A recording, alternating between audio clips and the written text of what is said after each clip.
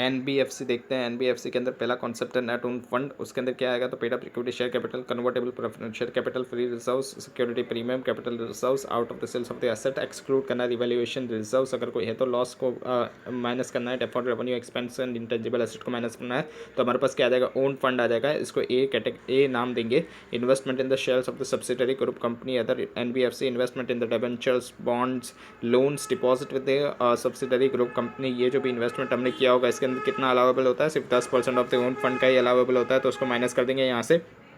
तो हमारे पास जो नेट आएगा उसको भी माइनस कर देंगे। किस में से, ओन फंड में से माइनस कर देंगे। पहले क्या करना है तो ये जो भी इन्वेस्टमेंट किया होगा ये हम लिख देंगे, उसमें से 10% माइनस करेंगे ओन फंड का, और जो माइनस करके जो अमाउंट आएगी उसको हम लोग बाहर लिखेंगे और फिर उसको ओन फंड में से माइनस करेंगे। तो हमारे पास क्या आएगा तो नेट ओन फंड आ जाएगा।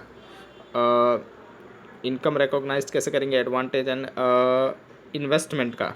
तो एडवांटेज के अंदर इंटरेस्ट एंड अदर इनकम है। अदर इनकम में क्या होगा, लाइक प्रोसेसिंग फीस होगा। तो परफॉर्मिंग एसेट है तो अक्रूवल बेसिस पे, नॉन परफॉर्मिंग है तो कैश बेसिस पे। शेयर्स के अंदर डिविडेंड जो मिलता है उसको कैसे रिकॉग्नाइज करेंगे, जब right to receive payment established हो जाएगा तब। डिबेंचर्स के अंदर जो इंटरेस्ट मिलता है उसको किस में रिकॉग्नाइज करेंगे तो अक्रूवल बेसिस पे रिकॉग्नाइज करेंगे। Provisions requirement, classification of the advantage, advantage को कैसे क्लासीफाइड करेंगे, अगर एनपीए है, बिकम एनपीए, सब स्टैंडर्ड पीरियड एंड डाउटफुल के अंदर हम लोग क्लासीफाइड करेंगे।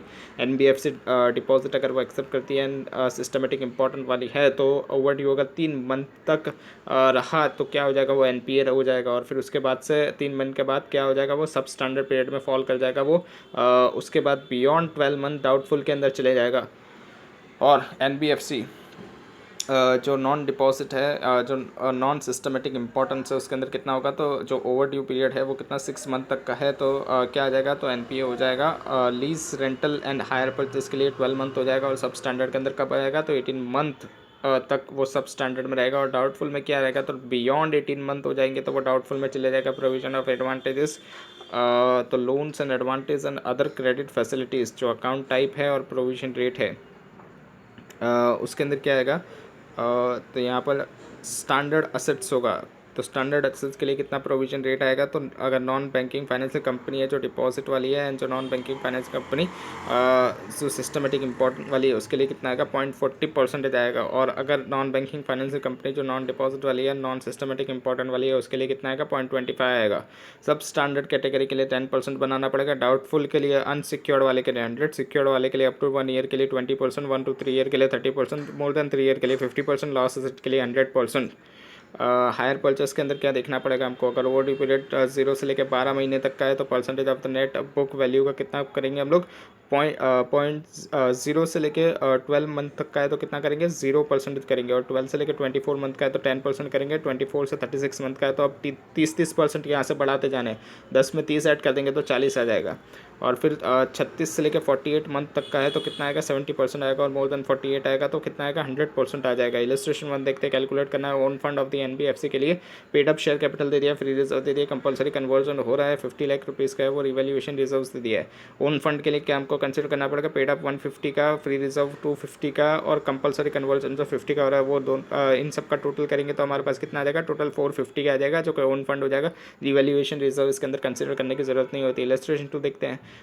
एक नॉन बैंकिंग फाइनेंशियल कंपनी है, वो इन्फॉर्मेशन दे रही है, आइटम्स दे दिए यहाँ पर। लिस्ट आउट असेट्स है, इन्वेस्टमेंट है, cash and bank deferred expenditure, और ये सारी इन्फॉर्मेशन दे दी है। हमको बोला गया है कि net own fund find out कीजिए अगर वो सिस्टमेटिक इंपॉर्टेंट है, नॉन डिपॉजिट टेकिंग कंपनी है, and deposit taking company reserve bank के डायरेक्शंस के हिसाब से 2016 के हिसाब से, तो net own fund find out करेंगे। यहाँ पर सिस्टमेटिक इंपॉर्टेंस वाला है। तो यहाँ पर हम लोग पहले क्या देखेंगे तो paid up equity share capital, paid up equity share capital कितना दिया गया है हमको, तो 100 का दिया गया है, और रिजर्व्स एंड सरप्लस 500 का दिया गया है। पेड अप कितना का दिया गया है 100 का दिया गया है, और रिजर्व्स एंड सरप्लस 500 का दिया गया है। टोटल करेंगे हम लोग तो 600 आ गया। इसमें से डेफर्ड एक्सपेंसेस माइनस करेंगे 200 के हैं वो, तो हमारे पास ए आ जाएगा, ओन फंड आ जाएगा 400। अभी इन्वेस्टमेंट किस में किया गया है तो shares in the subsidiary and the group companies and debentures के अंदर, सब्सिडरीज एंड ग्रुप कंपनी के अंदर किया गया है, वो कितना हो रहा है तो 200 हो रहा है टोटल। ये बी आ जाएगा। अभी हमको कितना परसेंट अलावेबल है, सिर्फ 10% ही अलावेबल है ए का, तो वो कितना आएगा 400। ये ओन फंड का 10% ही अलावेबल होता है, तो 400 का 10% करेंगे तो 40 आ जाएगा। तो 200 में से माइनस करेंगे 40 तो 160 जो एक्सेस है उसको माइनस करना पड़ेगा। तो 400 में से माइनस करेंगे 160 तो कितना आएगा 240 आ जाएगा नेट ओन फंड। इलस्ट्रेशन 3 देखते हैं। एक नॉन बैंकिंग फाइनेंशियल कंपनी जो प्रोवाइड करे फॉलोइंग इन्फॉर्मेशन, आउटस्टैंडिंग उसके कितने हैं, अमाउंट 200 लैक्स के हैं, जिसमें से instalment overdue 200 accounts for the last 1 month का कितना है, एक महीने से जो है वो कितने हैं जो ओवर ड्यू किए गए हैं, 40 लाख रुपीज़ के। तो ये कितना है, 1 मंथ है, लास्ट 1 मंथ से है, मतलब ये कि यहाँ पर क्या है, सिस्टमेटिक इम्पोर्टेंट वाली है ये। जी हाँ, ये नॉन बैंकिंग फाइनेंशियल कंपनी नीचे लास्ट में दिया गया है। क्लासिफिकेशन ऑफ असेट करना है कंपनी को in the line of the non banking financial company, जो कि सिस्टमेटिक इंपॉर्टेंट वाली है। तो यहाँ पर जो सिस्टमेटिक इंपॉर्टेंट वाली होती है उसके अंदर क्लासिफिकेशन कैसे करेंगे हम लोग, सिस्टमेटिक इंपॉर्टेंट वाली के अंदर हम लोग क्लासिफिकेशन करेंगे। तो 3 महीने से ज़्यादा के होंगे उसको हम लोग किस में डालेंगे, सब स्टैंडर्ड में डालेंगे। तो 3 महीने तक तो हमारा किस में रहेगा, स्टैंडर्ड में रहेगा। तो यहाँ पर 1 मंथ है, लास्ट 1 मंथ से ओवर ड्यू है कितने का, 40 लैक्स का। तो ये कहाँ पर जाएगा, ये तो स्टैंडर्ड में ही जाएगा। तो 200 accounts over due for 1 month, वो 40 हम लोग लिख देंगे स्टैंडर्ड असेट्स के अंदर। उसके बाद क्या आएगा, ऑन 24 अकाउंट्स फॉर 2 मंथ, ये 2 मंथ के लिए है, 24 लैक्स है, तो 24 अकाउंट्स भी स्टैंडर्ड में जाएंगे। 2 मंथ के लिए 24 लैक्स लिखेंगे। On 10 account for more than 30 months, जिसका अमाउंट ओवर ड्यू है 20 लैक्स। एंड ऑन 4 अकाउंट, ये 20 लैक्स का भी हमको नीचे कुछ ना कुछ दिया होगा, तो अभी इसको कंसिडर करेंगे नहीं, बाद में कंसिडर करेंगे। एंड 4 अकाउंट जो है फॉर मोर देन 2 ईयर्स, 2 साल से भी ज़्यादा के लिए हैं, जो अमाउंट कर रहे हैं 20 लाख रुपीज़, जो ऑलरेडी आइडेंटिफाइड किया गया है सब स्टैंडर्ड के अंदर, मोर देन 2 ईयर्स के लिए हैं। तो ये हम किस में डाल देंगे हम लोग इसको, मोर देन 2 ईयर्स का है, तो ये तो हमारा डाउटफुल में ही जाएगा। 20 लैक्स का है, 4 अकाउंट्स, तो यहाँ पर डाउटफुल के अंदर लिखेंगे 4 अकाउंट आइडेंटिफाइड एज सब standard for the period more than 2 years. तो 20 आ जाएगा यहाँ पर, 20 लैक्स आ जाएगा यहाँ पर। 12 मंथ से ज़्यादा आता है तो वो डाउटफुल में चले जाता है, इसलिए यहाँ तो 2 ईयर्स था, तो 2 ईयर्स मतलब 12 मंथ से ज़्यादा हुआ, इसलिए वहाँ हम लोग डाउटफुल में उसको लिख दिया है 4 अकाउंट्स को। और फिर उसके बाद दिया गया है कि 1 अकाउंट्स ऑफ 10 लाख विच जो आइडेंटिफाई किया गया था non recoverable by the management, तो ये तो लॉस एसेट्स में आ जाएगा। तो लॉस एसेट्स में लिख देंगे 1 आइडेंटिफाइड 10 लैक्स का था, तो वो लिख दिया हमने। उसके बाद बोला गया out of the 10 account overdues for 30 month. अभी ये जो 30 मंथ की ऊपर जो बात की गई थी उसकी यहाँ पर फिर से बात आ रही है। यहाँ पर बोल रहा है कि जो 10 अकाउंट थे ओवर ड्यू थे मोर देन 30 मंथ्स के लिए, उसमें से 6 अकाउंट को हमने आइडेंटिफाइड कर दिया है सब स्टैंडर्ड, जो कि अमाउंट कर रहा है 6 लाख, जो कि कितना है, मोर देन 12 मंथ के लिए, मोर देन 12 मंथ के लिए। तो डाउटफुल में चले जाएंगे, तो डाउटफुल में लिख देंगे 6 account identified more than 12 month के लिए, 6 लैक्स की अमाउंट है उसकी।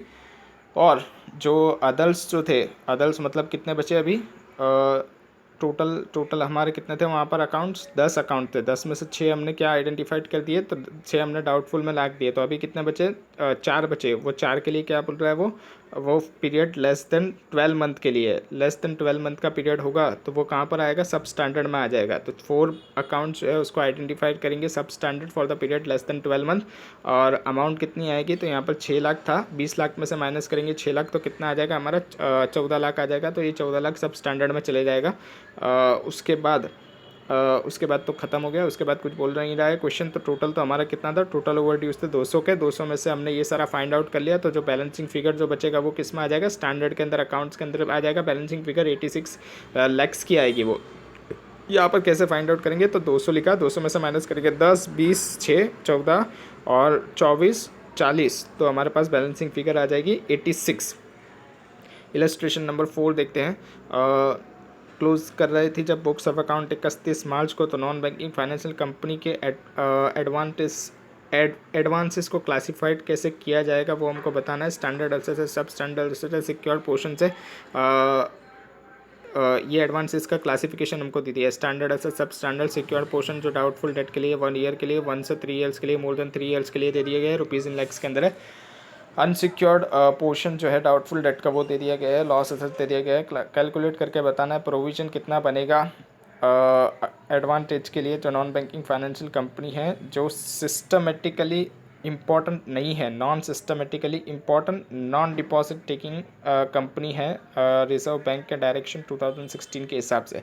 तो यहाँ अगर नॉन सिस्टमेटिक है तो यहाँ पर स्टैंडर्ड के अंदर 0.5% लगेगा, सिर्फ इतना ही ध्यान रखना है। तो स्टैंडर्ड के अंदर हम लोग कितना है, 16 800, उसका कितना करेंगे 0.25% करेंगे तो प्रोविज़न कितना आ जाएगा 42 का आ जाएगा।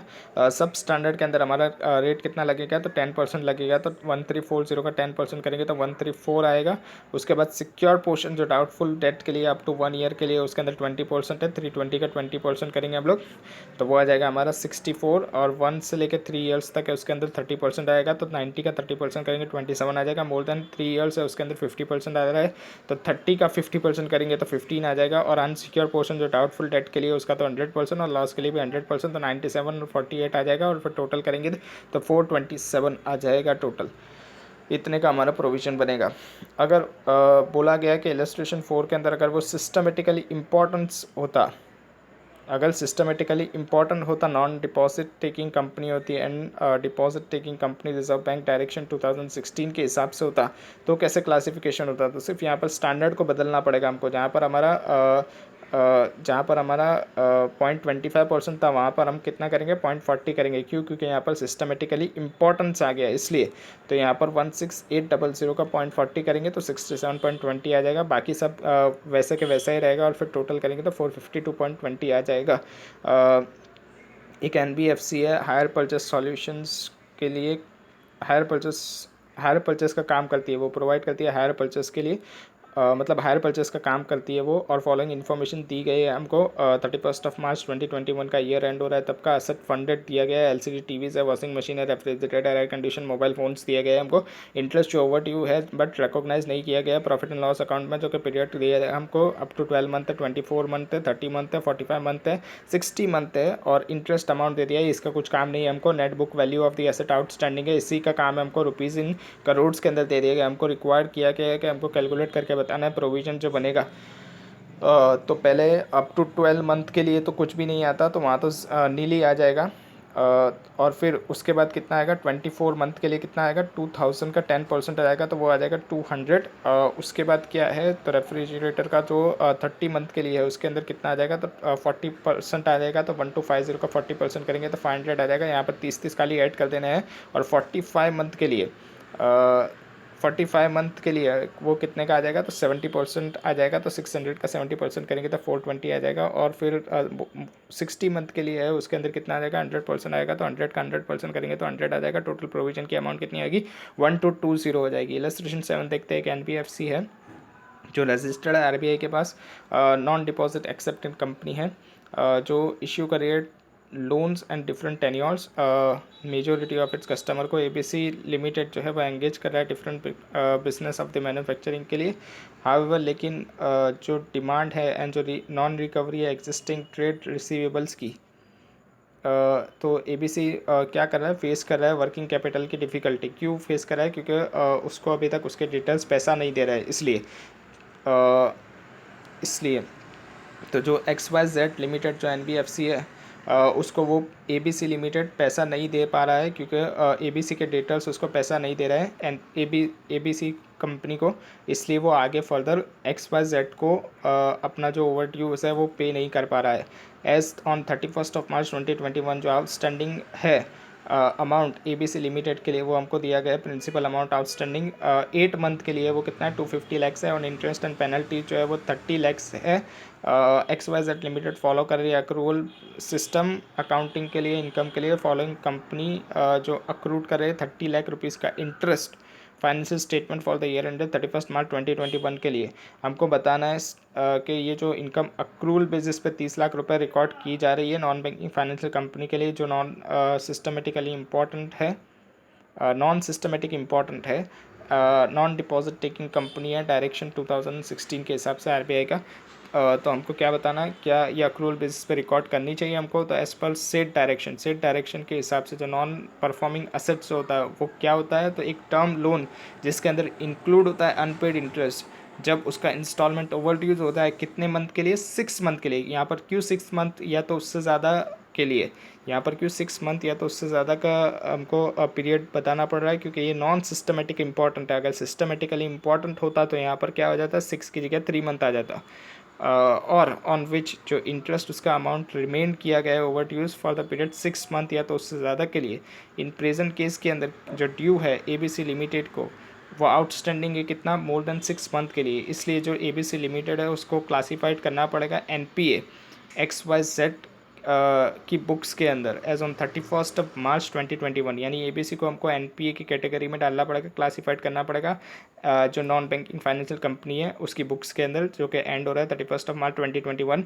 वंस जो एसेट NPA हो जाती है तो फिर उसकी इनकम हम लोग कैसे रिकॉग्नाइज करेंगे, कैश बेसिस पर रिकॉग्नाइज करेंगे। तो प्रीवियस जो इनकम अक्रूड हो गई होगी उसको हम लोग प्रीवियस इनकम जो अक्रूड हो गई होगी, जो रिसीव्ड नहीं हुई है, जो अक्रूड हो गई है लेकिन रिसीव्ड नहीं हुई है, उसको हमको रिवर्स करना पड़ेगा बेस्ड ऑन द सेम।